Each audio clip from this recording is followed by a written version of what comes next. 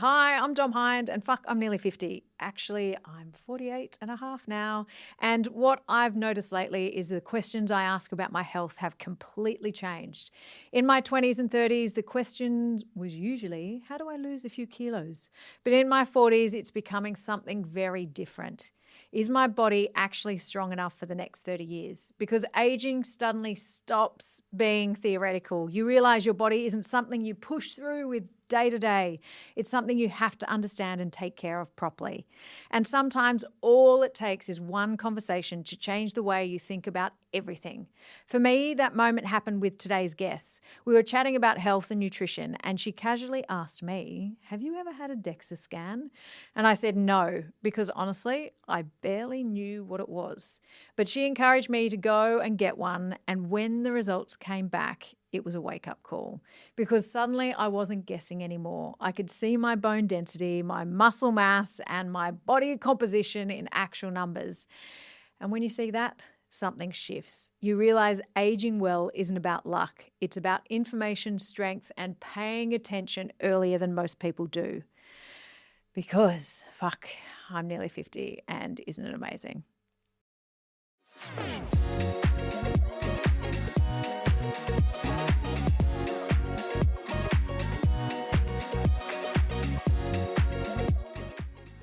All right, here we go. Karen van Esveld is the founder of WellSet Nutrition and Pilates, a Sydney-based practice focused on helping people understand their health through the powerful combination of nutrition, movement, and metabolic insight. Interestingly, Karen didn't begin her career in health. She started as a graphic designer, someone trained to notice patterns, structure, and the smallest details most people overlook. But over time, the same curiosity about systems and how they work led her to the most complex system of all, the human body. She retrained as a nutritionist and Pilates practitioner, eventually founding WellSet, where she helps people take a smarter, more personalised approach to their health. Her philosophy is simple but powerful. Instead of guessing what your body needs, understand it through nutrition, strength, testing, and real-life habits that support long-term health. She also happens to be the person responsible for sending me off to get my very first DEXA scan, which completely changed how I think about aging. Karen, welcome to Fuck, I'm Nearly 50. Thanks, Dom. You started. Let's start. If someone met you at a dinner party and you weren't allowed to say nutritionist, how would you explain what you did? Well, firstly, I don't really like people to let people know that. They're like, oh no, he sat me next to the nutritionist. She's going to judge every drink and everything, every choice I make this evening. But I think what I do is I help people fill the gap of where they are now and where they want to be. Mm-hmm. Because most people I talk to, they want similar things, but they've been overloaded, I think, with information. You know, they probably put their bloods through ChatGPT. Yeah. Their things are popping up on their Instagram telling them they need this, they need that. But most people I talk to, they want the same thing. They want to feel great. They probably want to lower their body fat, possibly their visceral fat, build muscle. They want to optimize everything they can. They want to be operating at peak performance, and they want to be good in their last marginal decade, the last 10 years in particular. But even now I'm a little over 50, but, what do the next 30, 40 years look like, and how are you going to be at that last 10? Is it going to be horrible and you're going to be managing something really hideous, or you're going to be good cruising through Europe, Yeah. And it's interesting because I love talking to nutritionalists because I think that everyone has their own perspective, but so much of it is in the data and making sure that you can understand the data and that you understand the data truly. Because I think that's one of the biggest things is that we've got so much data at our fingertips now, but what do we actually do with it? And how can we actually make sure that we are using it to our advantage? Yeah, and that is the thing that probably I see the most. And even sometimes, unfortunately, people, I'll put them on a protocol and they still come back the following week and they're like, oh, I did what you said. And then I put it through chat and they said, I should be adding berberine and I should be adding this. I've just added those in as well. And I'm like, oh, But yeah, it is people being overloaded with info and just it's trying to understand like what is clinically relevant to them. Like even say they know they've got elevated inflammation. Maybe it's come back on their bloods. They've got high CRP, ESR, or even if they've done a microbiome test, you know, they've got systemic inflammation. But there's so many ways that you can address even that. Yeah. But like what actual chemical pathway or what is driving your inflammation rather than just going, oh, I'm just going to take a random fish oil or, you know, maybe even something that's off iHerb or don't want to say names, but something that's not maybe a really high quality fish oil there's so many anti-inflammatories as well, you know, like curcumin and turmeric or so many herbs. And people text me even through Instagram and say, what do you think of milk thistle? Well, for what? Like, you know, yes. And what's the rest of your body doing? You can't just blanket prescribe. Yeah, exactly. So what, are your liver enzymes elevated or what's the reason you're, you know, I think people just hear about these things and think, oh, I should be on it, NMN, NR, you know. Yeah. See, I'm definitely one of those people who I'll go, ooh, I need to be doing this week. Ooh, let's try and do this. I have nearly stopped my peptide fascination for the time being just because. You're like, oh, my clients, I don't want to do any of the basics. I just want to shoot up some peptides, 6 of them, not look at the drug interactions. Yeah, it's not like, don't worry that it actually hasn't been properly tested or where it's come from. But, you know, that's it. We all want the quick fix. Everyone wants a quick fix. Everyone does want a quick fix, which it's, but it does come back to what make up your body. Actually is. Like what does your body actually need and what are your genetic predispositions? What's your deal? Yeah. You know, what is going on over there? Exactly. So, I think it's good to get the data, but and then do something with it. Yes, you do. That's specific to you, not to the general population. Okay. Was there a moment in your life where you realised nutrition and health were far more powerful than people realise? There's been a few points. I went even in my 20s. I've always been fascinated with all of this, and I've always tossed up between design or studying health and nutrition.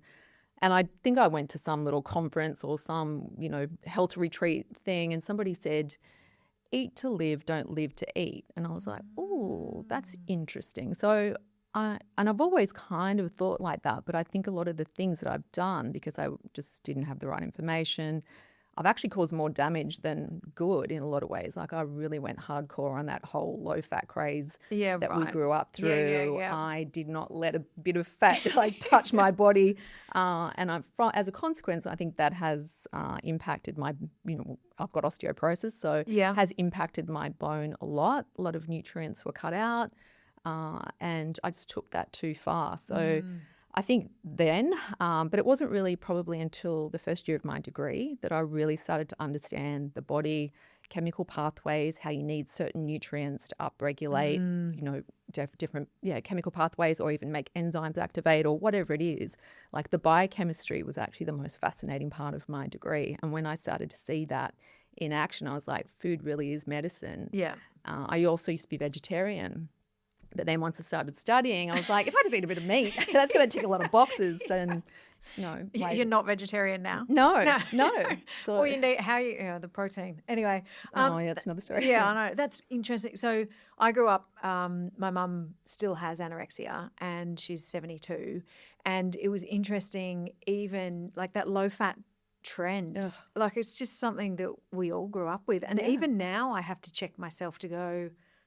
It doesn't matter if it's low fat. Like just go the full fat because if they've taken the fat out, they're putting something back in. Exactly. And they've processed the hell out of it. Yeah, exactly. Or maybe it's a lot higher in sugars or whatever it is. But I still can't. Yeah, that's still in the back of my brain as well. I find it really hard to tap out of that. It's just like, oh. But even with the milk, like I drink full fat cow milk and I'm probably the only one in the world who still does. But I'm not going low fat. But because it's if you don't need to. So a lot of people do have issues with dairy, but if you don't, why? Okay.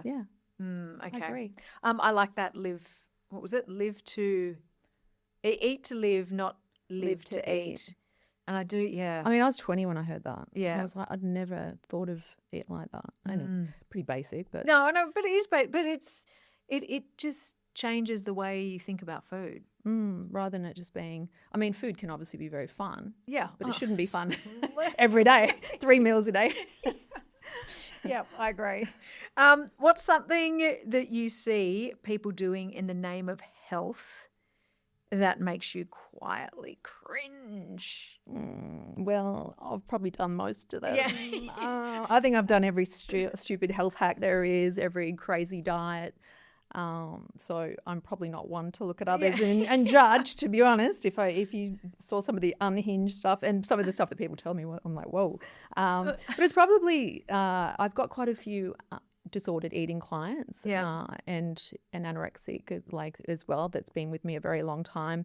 And even my own daughter, they do show me things on TikTok and things that I see, and I'm like, that's just so confusing. And I guess we weren't exposed to that, which is comforting. But yeah, for example, one of the things I saw was this really gorgeous, very lean looking girl.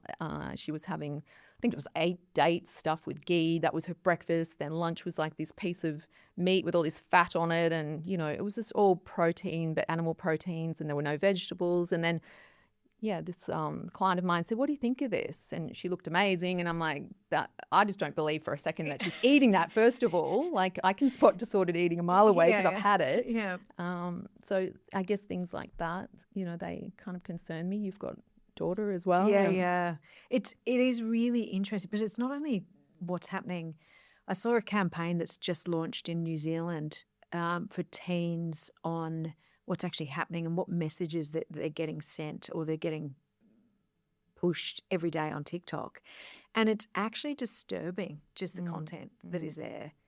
It's especially if you want to go down some of those rabbit holes too. Like it will just feed whatever you. I think if I had been exposed to that when I was young, like I think yes. The and that's where it is. Like even with Hallie, like I'm very focused on your food is really important. We need to make sure that you're eating healthy, but also eating for your body.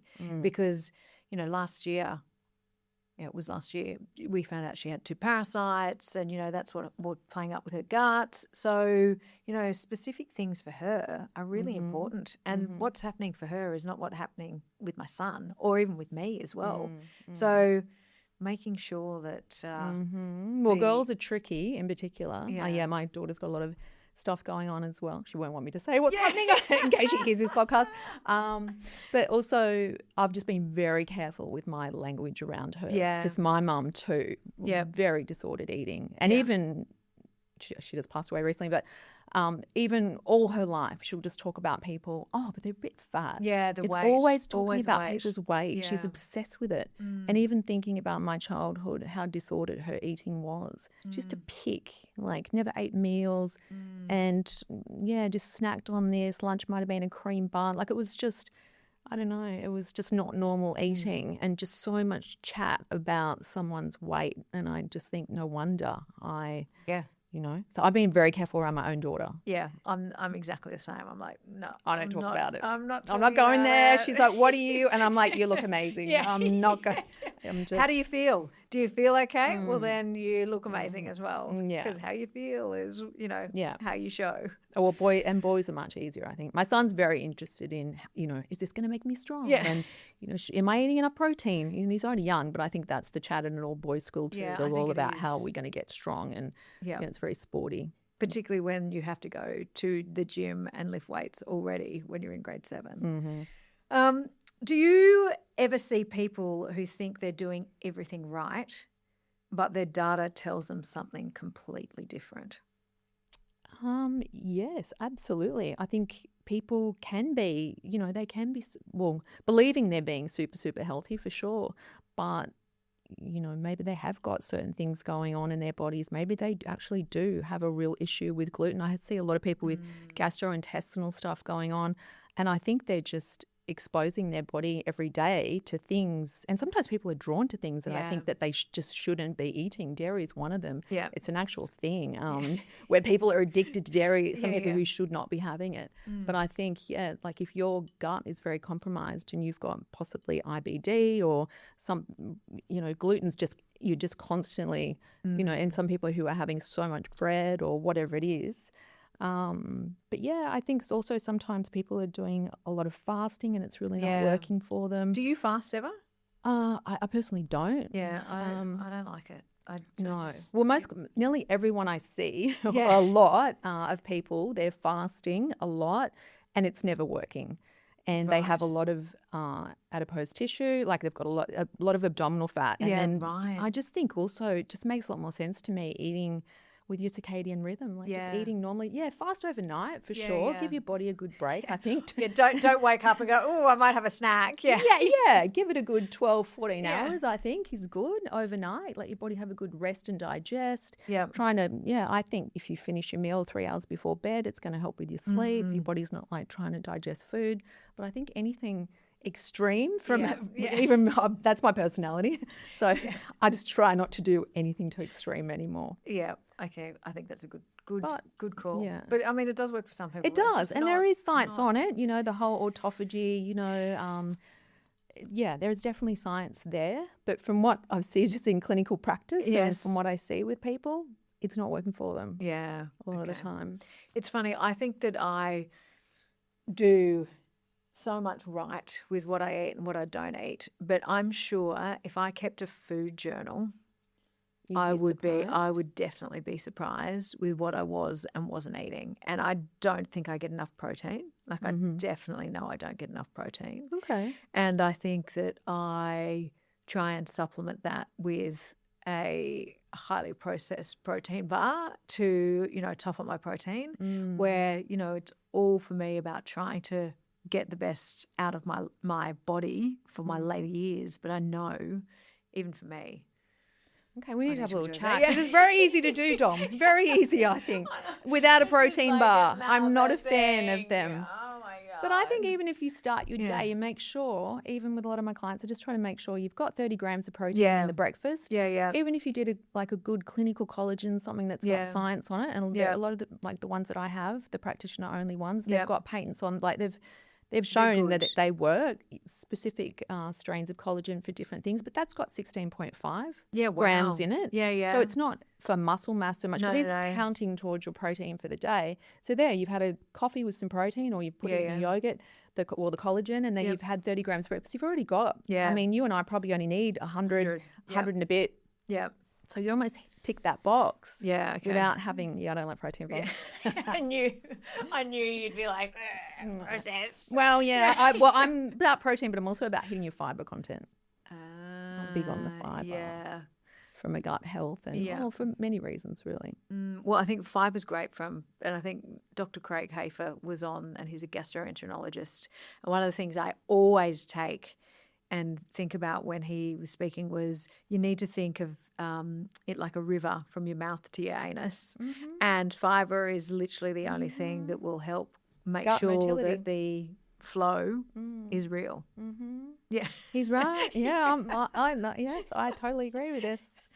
Have you had a moment where a client's health results genuinely shocked you? Yes, for sure. Absolutely. I feel like I do have a lot of clients who are high-performing execs. Yeah. I feel like a man can hide a lot under a business suit. Yeah. They can look very sharp. Yeah. And with the padded shoulders. Yeah, nipped in waist. Look very polished. They're very assertive, and then you get the bloods back. You're like, whoa. Yeah, there's a lot of things going on with, insulin resistance, fatty liver. The liver enzymes are really elevated. Maybe they've got high homocysteine. Just blood lipids. A lot of stuff going on metabolically. That does surprise me a lot. Microbiome tests as well. Yeah. Execs in particular, I think when you've got really high stress, there's a lot of stress, inflammatory, a lot of IBS type stuff going on. That's very common. But also sometimes I get a gut test back and I'm like really shocked by the bugs maybe. I had one recently. It was almost 50% E. coli Oh, I actually wow. called the lab, and I was like, and they were like, yeah, we've never seen one this high. And they were like, how's that patient feeling? And I'm like, they're actually not too bad. So Oh, wow. So they'd obviously just adjusted to it over time. I think that becomes your norm, you Yeah, know? wow. I mean, they did have a lot of health stuff, other stuff going on. Yeah. And I do think, the gut impacts everything. The gut does impact. It is literally your central Yeah. system for everything. Yes. Everything. So, yeah, well, and then sometimes, I get stuff back and it's perfect. And I'm like, yeah. so, yeah, it can be surprising. Maybe sometimes not so surprising. You'll get someone in front of you and, they're not eating any vegetables and they're doing, drinking lots of alcohol and, What impact does drinking a lot of alcohol have on the body? Oh, do you wear an aura? Yeah, I've got a Whoop. Yeah, I mean, it's inflammatory. Yeah, it the dehydrates recovery, you, pushes your heart rate up. I notice it big time on my aura myself. Even one drink, it'll elevate my heart rate overnight, so my sleep metrics will be impacted. So for me, it's probably accountability just for sleep and alcohol. That's been a big game changer because I do like a drink. Yeah. See, I haven't had a drink for a while now, and it is like I sleep so well, all of it. Not that I was a big drinker before, but it does change the way that your body. Well, I literally feel poisoned works. if I have more than two, probably. Yeah, right. Yeah, I mean, and I used to be able to get away with a lot more. Yeah. I just can't get away with it. But I mean, we're on this podcast, right? And it's this age where you just can't get away with it. You can't anymore. You literally can't. No. Like and that's why, like, everything you put in, it's going to have an impact on your body. Like everything you put in, doesn't matter what it is. Food, liquids, all chemicals. the little routines, and just all these little things. And again, like they're the clients that have the most success with me. They're the ones that do all the little things. Yeah. There's no one pep dog. No. Sorry. Yeah, sorry. My one that has 75 of them in there. Anyway. So you actually started your career as a graphic designer. What drew you to that originally? Oh, look, I'm a very visual person and I'm all about aesthetics, and I think that was a lot of my problem in the first place with health and fitness and everything. I always wasn't so much when I was younger, and I wasn't that concerned about how healthy probably at the end of the day. I just wanted to look a certain way. Yeah. I tossed up between design and a Bachelor of Dietetics when I was in my early 20s, but I thought there's no way that you're going to be able to do biochemistry. And to be honest, I probably didn't have the headspace for it back then. I think, I can get really hyper-focused, and I just had to be, I think, in the right, frame of mind. I think later in life, like I'm just so interested in this now and knowing how my own body works and how to optimize all of that. So I do love both of those things, and even, I mean, those skills are not useless. No, I can still use them. It's kind of expensive having a very trained eye. You walk into places and you're like, oh, that cornice is bothering me. Just I see things all the time. But the biochemistry, as I said before, that was the most fascinating part of the degree, to be honest. Yeah, wow. And really understanding the body. Like the more you get into it, I just wish I was a doctor now. Oh, really? Do you like it that much? I thought about going and doing it, but I just thought I'd be so old. Yeah. Like, Yeah, but you'll have so much experience, and you'll be able to. I know. I'd be like 60 by the time I get out. I'm going to go and see the geriatric doctor. No, I was trying to focus on being a really good nutritionist. Okay. Yeah. My daughter's going to do medicine. So. Oh, is she? Okay, well, then you go. You've got one in the family. That's all right. Designers are trained to see patterns. Do you think that skill has helped you identify those patterns in people's health? You definitely see, I guess, patterns and things that are visual. I definitely do see that, and I can't help sometimes when I talk to different people. I'm assessing their levels of inflammation and right. What have I got then? Maybe their eyes. I'm like puffy in my cheeks. My eyes are crying at the moment. Don't know why. Yeah, I'm a bit like that. No, I think sometimes you can look at someone's eyes and think, oh, I wonder if there's something going on with the thyroid. Little things like that. But I think it's more patterns in maybe the type of people that I see. Yeah, like there's the people who really like proactively really want to understand their body. And I think at this age you have to, and I think I've heard you say it before, you've got to take ownership for absolutely. it. You can go and see your GP. They're going to answer some of your questions. They're going to help you, but they're not going to help you holistically put the whole picture together. Hence where clinical nutritionists, naturopaths, people like that, or some kind of functional doctor who's going to do, look at all the things and connect all the dots and look at your nervous system and your sleep and your stress and, yes, your nutrition. But like there's so many pieces to it. But I know a lot of really smart people who they're just putting their head in the sand. Oh, I'm on some heart pill. Like they don't even know what they're on. Yeah. Like I just don't really want to know. Yeah. And then it's like, well, okay, what about all the other things with that, and how are you addressing that through your diet or your lifestyle, or you're just taking your heart pill and hoping that that's fixing it up? Is it even a statin? Is it a PCKS9? Like they don't even know in here. So I find that it kind of baffles me a little bit. It's the same thing. Like I think health and finances are two things that people will either take full ownership of or bury their head in the sand. And I think if people are scared about what they'll find is when they don't want to know.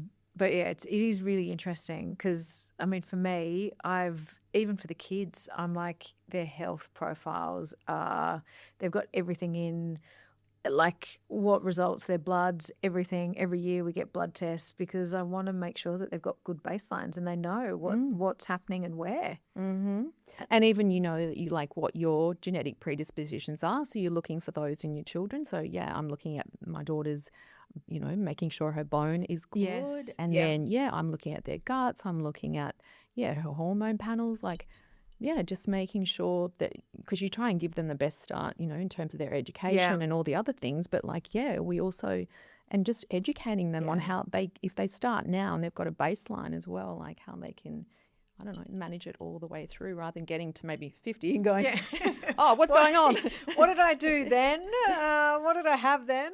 I know, it is interesting. And I think it is a change. You going, yep, I need to own my health rather than let the medical professionals own it, because, even my grandparents, my nan is still alive, but she's very much, we'll trust the doctor. We'll trust the doctor, which is great, but the doctor also sees about another 200 people, and if you're not owning it, they're not going to own it.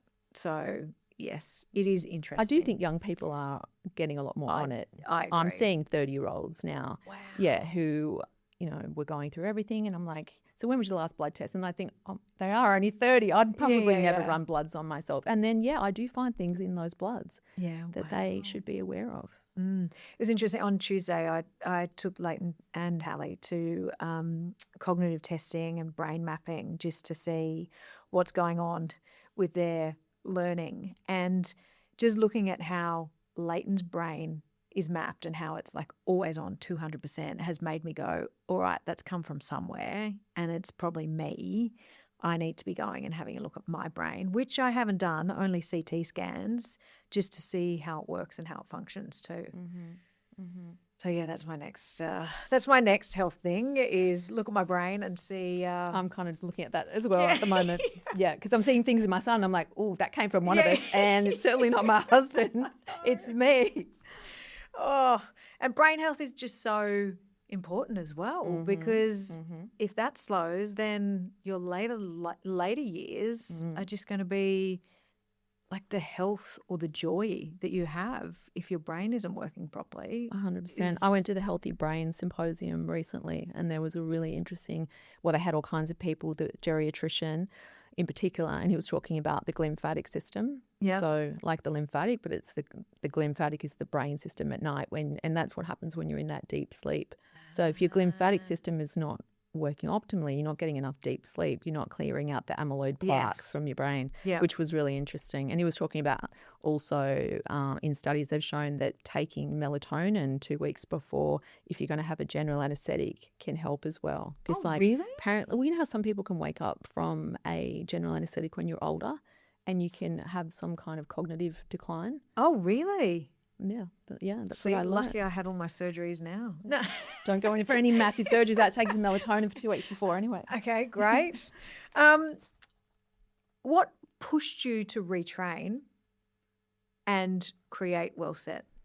It was probably a bit selfish, to be honest. Like, Yeah. yeah, I just really wanted to understand my health, my body, all of that. And I think, I mean, I've always loved design and I always will, but I just got a bit over, well, once you kind of become, you know, the creative director, the head of design, you are literally, well, you start doing less of the fun things. You do less of the stuff that you They were good really at. Yeah. love. You're Yeah. managing more the people. But even then, you are kind of doing the same thing over and over. It's a different client. It's a different problem. But Yeah. you are coming up with the latest look, what's the latest typeface, doing mood, like, you know, feeding into fashion and design. Yeah. I don't know. I want to do something where I help people and maybe something a bit more fulfilling. And then once I tapped into or started on this whole thing about the body, I realized how complicated, and I'm never going to master or, you know, ever learn as much as I still want to learn more. I think I'll be 99. I'll be like, I still want to understand methylation better. Like, you know, like there's always more, you know, there's always another conference. There's always someone with a bit more knowledge in that particular area. It's just so interesting. What's the thing that is really sparking your interest now? Genes. Genes. Okay. Yeah, really understanding them. But even then, it's just so complex. Oh, yeah. You know, like people coming in and seeing me and they're on methyl Bs because they heard they're under-methylating. And like it's even more nuanced. It's more complex. Yeah, and right. So, yeah, I want to go much deeper down that rabbit hole. Yeah, okay. Great. That's a whole nother podcast. Exactly. So you are the person who put me onto the DEXA scan. And for people who've never heard of it, what is a DEXA scan? A DEXA scan. It is a dual energy X-ray. Great. Thanks.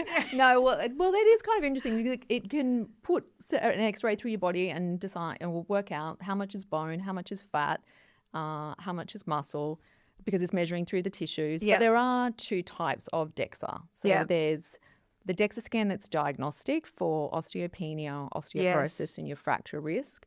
And then there's the DEXA scan that's a full body composition, which only came out in the 1990s. But it is obviously an amazing tool to motivate you to maybe go and do something because it's going to rank you in percentiles as well and say you're in the lowest 10% or 10th percentile for muscle mass, which is concerning because we know that that's associated with longevity, and muscle has so many extra benefits besides strength. It's metabolically active, going to help with blood glucose regulation, insulin resistance, all those things. And so, yes, the body composition one can be very motivating for people to know where your body fat, but where is your actual fat? If you've got a lot of visceral fat, well, that is a concern as well. So you might want to, you know, adjust your diet and lifestyle. So that's a very good metric. So we usually do them in a clinic where I work out, where we do them 4 months before, and then we're going to go again in 4 months after. And what is the optimal time to have like in between a DEXA scan? Well, we operate on 4 months. Yeah, right. We feel like that's enough time to see Make some a change. shifts. Yeah, okay. Yeah, and then also with the bone part of that, so that DEXA scan does measure your bone, but it's not diagnostic. So it's going to put you in a reference, or it's going to say you're in the lowest 10th percentile or 20th, and we're going to say, okay, you're potentially high risk. So now we need you to go to, for example, the bone density clinic at St. Vincent's Hospital and have the bone density diagnostic one through your hips and lower spine, which will tell you, are you, you know, osteopenic? And if you are, which is something I found out but didn't take that seriously, but you can obviously stop it then from going into osteoporosis. And what do you have to do differently now with your osteoporosis? I actually don't do anything differently, really. Right. I mean, in terms of, like, I'm trained in Pilates. I've done 2 methods. The American first method I did, I mean, they're like, all the I never told, like, everyone who's got osteoporosis, you'd never do this.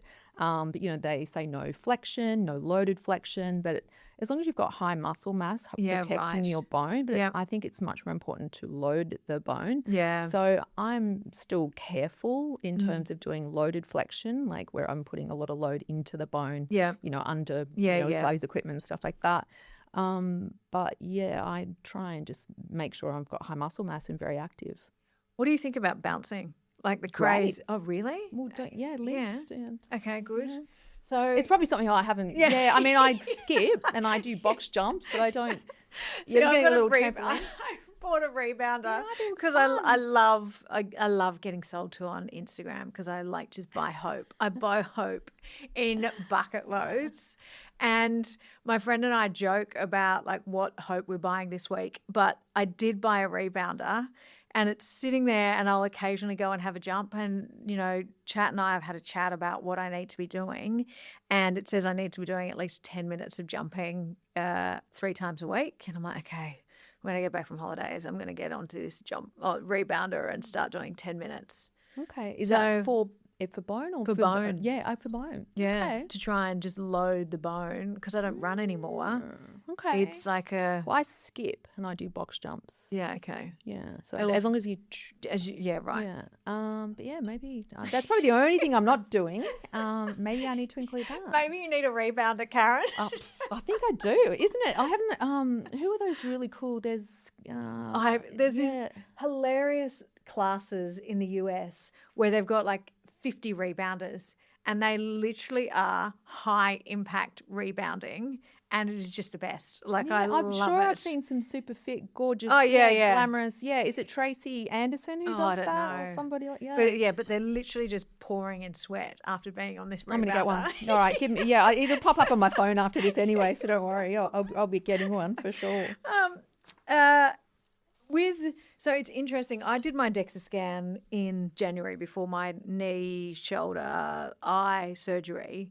And I think I was doing it then because I was probably the fittest I've been in a very long time. I'm actually scared about doing my next one because I know that I haven't been doing as much as what I used to. Mm-hmm. But I think what I might do is I might set myself a goal of 1st of September is when the next one is so that at least it's a proper, true representation of me being fit and strong. Yeah, well, it's just for you, really. At yeah, the I end know. Of the day. I know it is. And do you know what? It was great because it made me realise I was so worried about my bones, but my bones are actually healthy, which is great. Just need to. Yeah. No, but I've kept mine stable. I didn't really say okay. that. I found out when I was 38 and it did go osteoporotic, but then, it hasn't gotten any worse.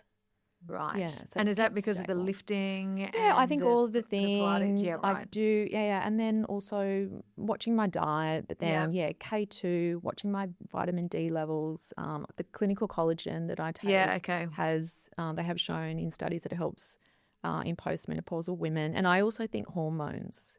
So the MHT, HRT. So mine is very much, it depends what's driving it. I mean, I've got strong genetic component. Both my parents and both my brothers who are younger, they're osteopenic. Oh, wow. Yeah. So they're both, I think that's a big thing. But mine's been caused by low estrogen. So I think it depends what it was caused by. So mine was under eating when I was younger, disordered eating, and then losing my cycle. So hypothalamic dysmenorrhea, and which is something I try and tell on my disordered eating clients. It's a big concern because your peak bone happens at 27. What if you've got? That's unbelievable, isn't it? Yeah, young girls wouldn't know that. Yeah, but I don't think many, I can't remember. I only found that out 6 months ago that at 27 is where that's it. Your bones. Yeah. And so you've got those for the next 70 years if you get to 97. But, but that's a big responsibility and no one knowing.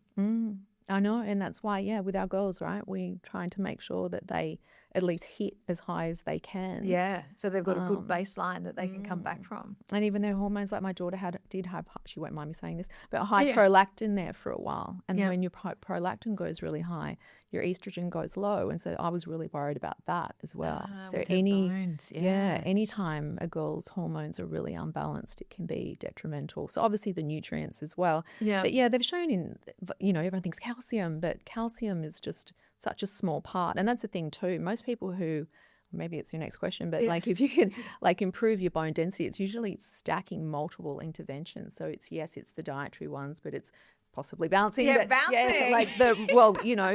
The resistance training and high impact, but multiple things, and the hormones is huge. Okay, good.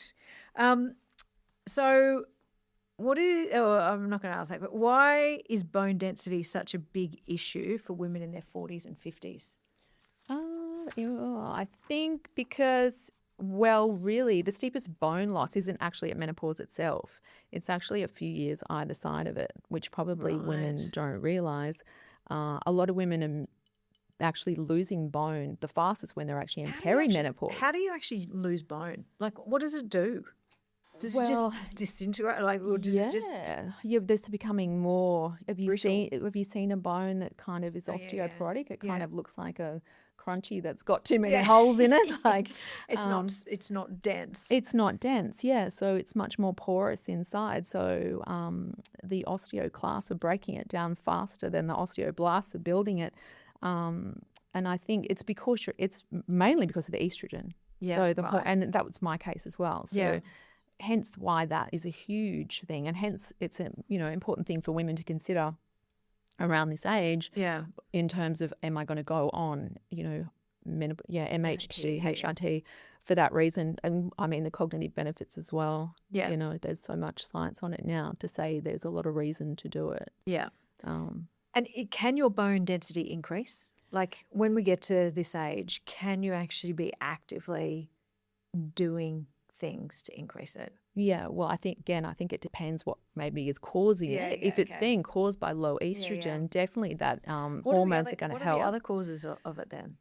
Diet, nutrition? Diet, nutrition, yes, absolutely. Genetic, I think, is What strong. about emotional factors like stress? Does stress play any impact, or does it have an impact on your body, on your bones? Stress impacts every part of your body, Yeah. I think. Yeah. I mean, if you've, it so impacts your gut. I think stress impacts people's gut more than anything. Yeah. And if you've got low grade systemic inflammation or even high intestinal, or you've got, intestinal permeability, you've got gut dysbiosis, you're not going to be absorbing your food and your nutrients as well. And also if you're a celiac, or even a lot of people aren't even diagnosed, if your gut wall is very inflamed, you're not going to be absorbing nutrients as well. It just depends, I think, what's caused it. But I mean, there are things like biphosphonates. Yeah. So I haven't been able to actually gain, but I've seen every endo in Sydney, I think, Yeah. professor of endocrinology, all the bone specialists, and I have just gone on a biphosphonate. So 6 months ago, I'm just going to do it for 6 months and see if I can literally build. He doesn't know if I can either. He said, let's just do a bone density scan in, a year's time and see, have you actually been able to increase? Yeah. So I've tried to do all the things. Yes. And now I'm going to chuck a pharmaceutical, a medication at it and see if I can, If get that will help. Yeah. But my husband has, because he's got osteoporosis as well. And that's the other thing about, what test should you do around 50? You should definitely do a DEXA. You should do a calcium score test. Go and do a VO2 max to give yourself a little kick up the butt that you need some cardio fitness. But he went for a DEXA just as a longevity thing, and he had osteoporosis. Oh, wow. We were like, what? But both his parents have got it.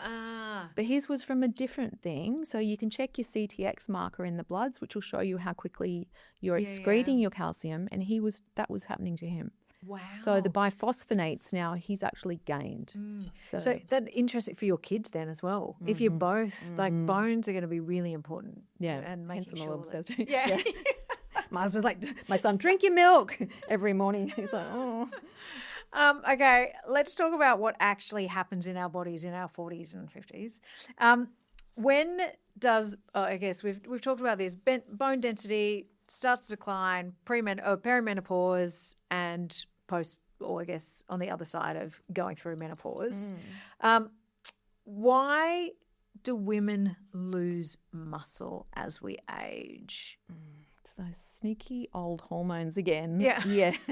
I think also women typically, they do quite often move a little bit less than they used to. Yeah. But the real issue isn't actually that, like, it's the fact that their muscles just aren't responding to what, the same workout. Yeah. Like, it's just, the research shows muscle building responses to both resistance exercise and even protein can be blunted in older women. So the same training that you were doing, the same protein intake is in your 30s is simply going to get you less results. So hence we have to really work a little bit harder and be a bit more targeted, rather than just maybe working out for aesthetic purposes. We're actually trying to get stronger. We're trying to actually build muscle and, I guess really watch the nutrients.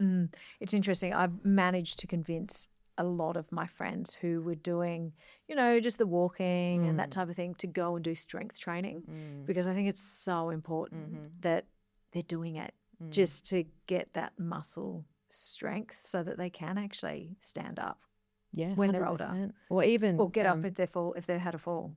Or even gel Ps. Like if people are going on them, like it's just a non-negotiable. Like you can't go on one of those without lifting weights. Yeah. Because I guarantee, you're metabolically going to be so much worse off when you come out the other side of that. And, if you are getting it through a reputable, like you're getting it properly through a doctor and you're being prescribed it. So I have some clients on a high dose of 15, then now on they've hit a certain weight and the doctor's like, right, now you're coming down to a 10, we're taping you off this. Yeah. But I had one client recently, he's basically just been having one steak. That's all he's been eating for about 8 months and he has lost an enormous amount of weight. He's very young and now he's just like, I know I need to get my nutrition in order, but we haven't done. And has he been doing strength training or so literally was just using that as a weight loss and that's it. So I wouldn't, it's just such a shame that people get given these medications and they're not given metabolic guidance in the first place, like to go on that without at least getting your gut sorted out as well, because it's obviously going to slow down motility. Yep. Like if you've got an inflamed gut or you've got constipation, that is a big, big problem. But then, you've got to lift and you've got to get that protein in. Or if you've got constipation and you go on that, you'll end up with intestinal inflammation so bad. And, it's going to sit in there and rot. Yeah. It'll be rock hard. Oh, my God. Yeah, terrible, terrible. So is muscle actually one of the biggest predictors of longevity?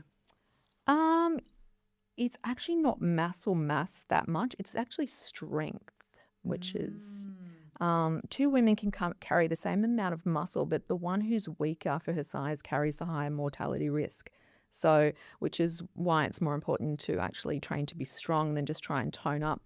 There were 3 meta-analyses that support the association between the weak grip strength, which I'm sure you would have heard about as well. Yeah. So, and all-cause mortality. And then they found in 42 studies that people who had a low grip strength had 62% higher risk of early death. So, I mean, you got to be strong. Yeah. It's not just aesthetics anymore. It's funny. Even so, Dr. Mary, who's she's a longevity doctor, but has been I follow. Yeah. So she's great. She's great, but she challenged me to actually hang and just hang, and it was hard with my shoulder for a little while. But it's good. Like I'm actually, because I was so weak when I was hanging, like I could only last 45 seconds, and now I'm up at like 2.5 minutes. Well, that's amazing. Yeah, and it's great. But all I do is just hang and hang, and I get bored, and then I have to do a little fidget or something. But it's amazing how you can actually build it up too. You can start at 20, work to 30, go to 40. Yeah. Yeah. But the grip strength. And I think there was another study that I saw where you have to carry or be able to carry for 5 minutes. It's like there is 75% of your body. And that will be like help you understand how you are actually going to get to older in life and the strength that you will have. Well, also I think being able to just get up off the floor, like all those kind of simple, basic functional movements, basically. Yeah, the functional movements. Oh, my hips are not going to be, anyway. Okay, so let's get practical. For someone listening who wants to age well, what numbers should they actually be paying attention to? Is it the daily protein, the muscle mass markers, bone density scores? Like what should they be looking at? Probably all of them. Yeah. Just everything. Everything, but without getting stressed about it. That's the thing too. People go, and don't get overloaded. And don't put it all. I haven't done this. Like have I hit my target, my protein? What's my muscle mass? Like my bone density. That's the thing. There's so many things. There's just so many. Like I got to the point where it was just overload because I'm like, what else can I actually be doing? I'm up at 5:15, going to the gym. I'm doing weights 3 times a week. I'm doing Pilates. Drinking my water. Well, water's questionable. It's one thing I need to get better at. But then you go, okay, you're supposed to be doing stretching in the morning. I'm supposed to roll your back out with your foam roller. Go and flush your teeth. Scrape your tongue. Use your face brush to get rid of your puffing. Like there's just so much. So much. I know. I know. There is. I guess the main ones are the muscle mass is really important. Yeah. The protein is pretty important, but without overdoing it. Like I think a lot of people too, they're getting so obsessed with protein. You walk through the supermarket now, it's like, it's almost remind me of the low-fat craze, It is like the low-fat Yeah, craze. it's like don't go overboard. I mean, the RDA sets it at 0.8 grams of protein per kilo of body weight, which I find is extremely low. That is low, isn't it? Yeah, we certainly don't set it that low. I was taught in sports nutrition to set it at 2 grams per kilo of your ideal body weight. When we do the DEXAs, we get the fat-free mass is what we set it off. So we set it at, depending on the training, but maybe 2.4 kilos, a gram of your fat-free mass, which usually comes in lower than that 2 kilos of your ideal body weight anyway, which is interesting. I guess the muscle mass marker is important on a DEXA scan, knowing, you can flag sarcopenia, if you've got too lower skeletal mass. So I think below 5.5 a kilometre square in women is kind of, that's a bit of an alarm bell. And then there's things that come up on the DEXA which are called the ALMI, the ASMI. So they are things that are basically putting you, it's just giving you in your, like ranking you in your your ages and stuff. They're important. I guess for the bone density, your T score is important. Looking at that, it'll give you your T and your Z score. So your T is against a healthy 30-year-old. But if you're below a certain number, 2.5 obviously, minus 2.5, you've got osteoporosis. Visceral fat levels, that's important. If you're over 100, like that's, you got to work on that. But fat around the organs, the waist to hip ratio, I mean, that's pretty basic, but that's a metric that I do use a lot of clients. Do you? Well, yes, I do. Like, especially my corporate guys who come to me. And even just to get them to do their waist, because I had one recently, he's told his doctor was old, and he said, I'm seeing a nutritionist. He's like, you might as well just burn your money. But he's on statins and all this blood pressure medication. We've lost 6 centimetres of fat around his stomach with a tape measure. So that's been a good metric and motivator for him. So I didn't even, it's funny because on my DEXA scan, I actually hold all my fat in my hips. Like I think most women do. But I hold a lot in my hips and then not much on my stomach, which is great. But it's interesting where, I know Juz like holds more on his stomach and nothing anywhere else. Yeah. But I do see that in the guys. Yeah. And I mean, he tries so hard, but it's just interesting how everybody's different. Yeah. But hopefully that is quite motivating for him to, it is. I see him working hard at spin. He does work very hard. Yeah, but I guess you asked me which matters the most. I guess for the women, I'd say it's probably the muscle mass because it's a metabolic organ, so it's working at several different ways, not just strength, falling over, which is a big problem as well, right? A lot of people think cardiovascular disease is one of the things that's going to get you. It's probably physically falling over. Yeah, well, and breaking a hip or that's it's like the stats on that. If you break a hip, the mortality, and my own mum as well. She fell over and she hit her head, and she was never, that. Yeah. People die from really basic things like bowel obstructions and or even pneumonia. They go into hospital and they never. So it's sometimes the things that just you might not expect. There's so much confusion around diets, keto, fasting, detoxing.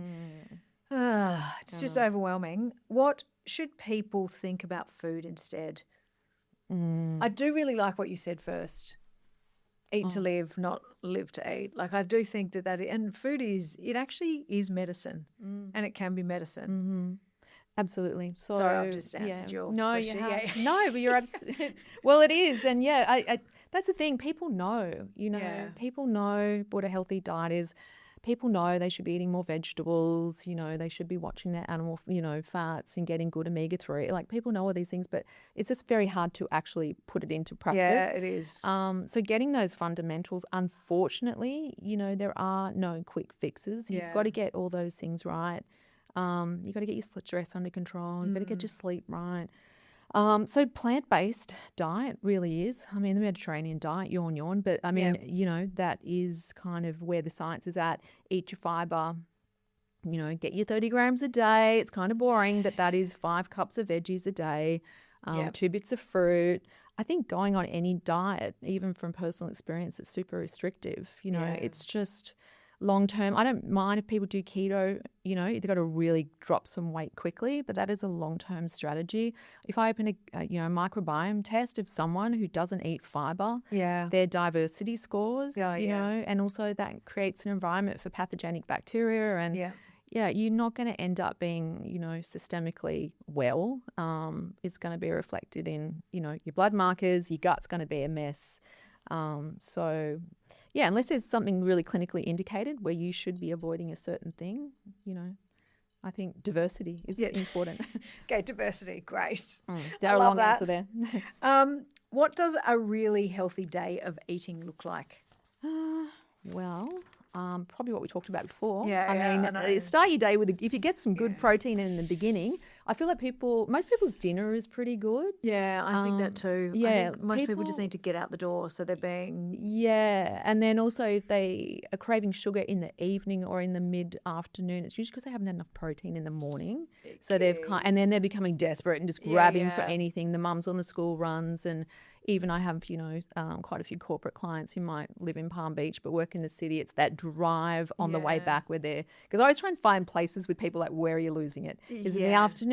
Are you a snacker after dinner? Like, is it sneaky in the kitchen? Yeah. But a lot of the time it's breakfast is not good for people. Yeah. Or, their lunch choices are not that great. So I guess it's just making sure, even the protein, if you just, I just went to a conference recently and she was all about metabolic health and helping people lose weight, very successful. She's like, first treatment plan, I send people away. I'm just like, okay, you're just going to make sure you've got 20 to 30 grams of protein at each meal. Bang, off you go. Yeah, so right. it's just that, if you can just do that, you're going to keep your blood sugar a lot more, regulated. You're not going to be grabbing for stuff.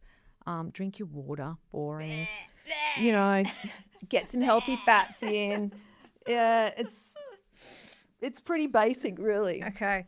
Are there 3 nutrition habits that make the biggest difference for longevity? I'm sure you're going to say drink water. Eat your fibre. Eat your protein. Avoid processed foods because they really are rubbish. I know. Why are we still allowed to buy them then? Like, why? I don't know. Because someone's making a lot of money out of it. Yeah, I don't know. I know. Like, it's just ridiculous. Even the health rating stars and all God, that, such rubbish. Yeah. If we know that they're so bad for us, why can we still get them? Yeah, I don't know. Yeah, I agree. Like, why? People just want convenience. Yeah. But even a protein bar, I don't want you eating Yeah, anymore. okay, all right. Lucky it was the last one in the cupboard. But I think test and don't guess as well for people, for the longevity thing. Yeah. If you've got, if you're not right, and if you go to the doctor and you get your bloods, you would have heard people like me say it a million times, the doctor, oh, you're in range. Yeah. No, you're actually just not in disease, You're definitely not optimal. I see people all the time, their D is 55. Oh, you're fine. We want to see you up around, over 100. Your vitamin B is way too low. Something's going on. I think that's interesting. You're not optimal. That's great. You're You're in range, but you're not optimal. But you might be in the lowest 2.5% of the population who maybe not even that healthy anyway. Yeah. Okay. If a 45-year-old woman came to you and said, I've never lifted weights, I don't track protein, I've never checked my bone health, what would be the 3 things you told them to do? First of all, I'm probably going to try not to scare her off because I feel like that is something that I'm trying to be better at as well, because I come in, I want to fix everything. I talk to my husband, he's like, you're just trying to do too many things with people. So I try and meet people where they're at first off. Yeah.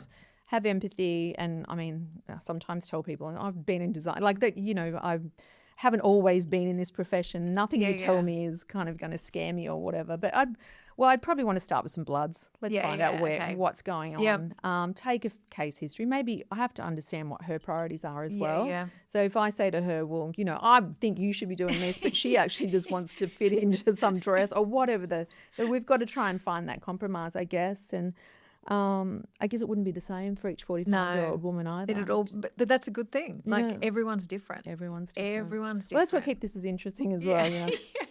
People are different and their personalities, but then their metrics, their data.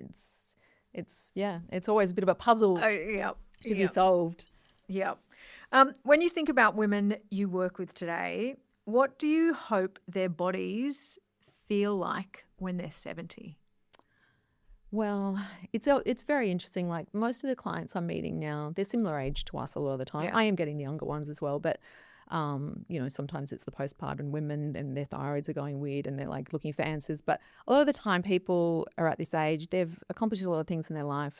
They've got financial freedom or they've accomplished things in their career that, they've ticked those boxes. And now it's just like, I really need to focus on my, not lifespan, but my health span. Yeah. What is that next 30 years going to look like? So I'm hoping at 70, they're still feeling like we are now. Yeah. They can go to Europe, pop their, Yeah. thing in the overhead locker. They can cruise around Europe, without having a busted hip. And you're just not going to be unwell. I mean, Peter Attia, he's kind of, we don't love him quite as much as we used to, but he does come out with a lot of good stuff. He talks about the marginal decade. What does that last 10 years look like? Yeah. And I've just, looked after a parent with stage 5 Parkinson's for 9 years. Like, Yeah. I know what I've spent a lot of time in those old people's homes. Yeah. I know what it looks like to be, unwell and like just don't want to be there. Yeah. And I'm hoping my clients, as well, if they proactively take control of their data and kind of what's going on for them. Yeah, I think that's a good thing to be. Okay, rapid fire round. Best underrated health habit? Optimize your sleep. It's got to be, really, hasn't it? Oh, yeah. Okay, good. At least you didn't say drink water. Yeah. Most overrated diet trend? Dieting. Yeah, dieting. It's just crap. One food you eat almost every day? Something green. One supplement women should consider? Toss up between, most women don't get enough D, but it's probably mag or a good fish oil, probably. Yeah, okay. Your midlife mood in one word? Purposeful. Oh, I like it. What's one truth about health and aging that people really need to stop ignoring? Stop spending as much time maybe organising your next overseas holiday that you could be spending like just organising your health data and looking at that. Maybe just shift your priorities. And it doesn't even take that much effort, really. Get a professional to help you. Yeah. Yep, good idea. If you're overwhelmed. Okay, and then last question. If you could challenge me to one thing that I should do before I turn 50, what should it be? If you haven't had your bloods done within the last 6 to 12, I'm sending you for that. But it's I've probably done that. what we talked about before. VO2 max, calcium Yeah, score test, do your DEXA. I haven't done the VO2 max. I think I need to go and do that. Yeah, it's interesting. I reckon you'll be pretty good. You spin. Yeah. I spin. Yeah. No, as long as you... Well, I think a lot of people are so focused on the protein and the weights. Yeah. You still do need a bit of that cardio fitness. Yeah, I do. It makes such a difference to me if I haven't done cardio. And I only need to do it, for my head. Same. I only need to do it twice a week, but I need to do it. I need to do it. Yeah, I'm not a good person to be around. I'm definitely not a good person. Yeah. Okay. All right. Karen, thank you. Thank you, Dawn. Thank you so much for the conversation.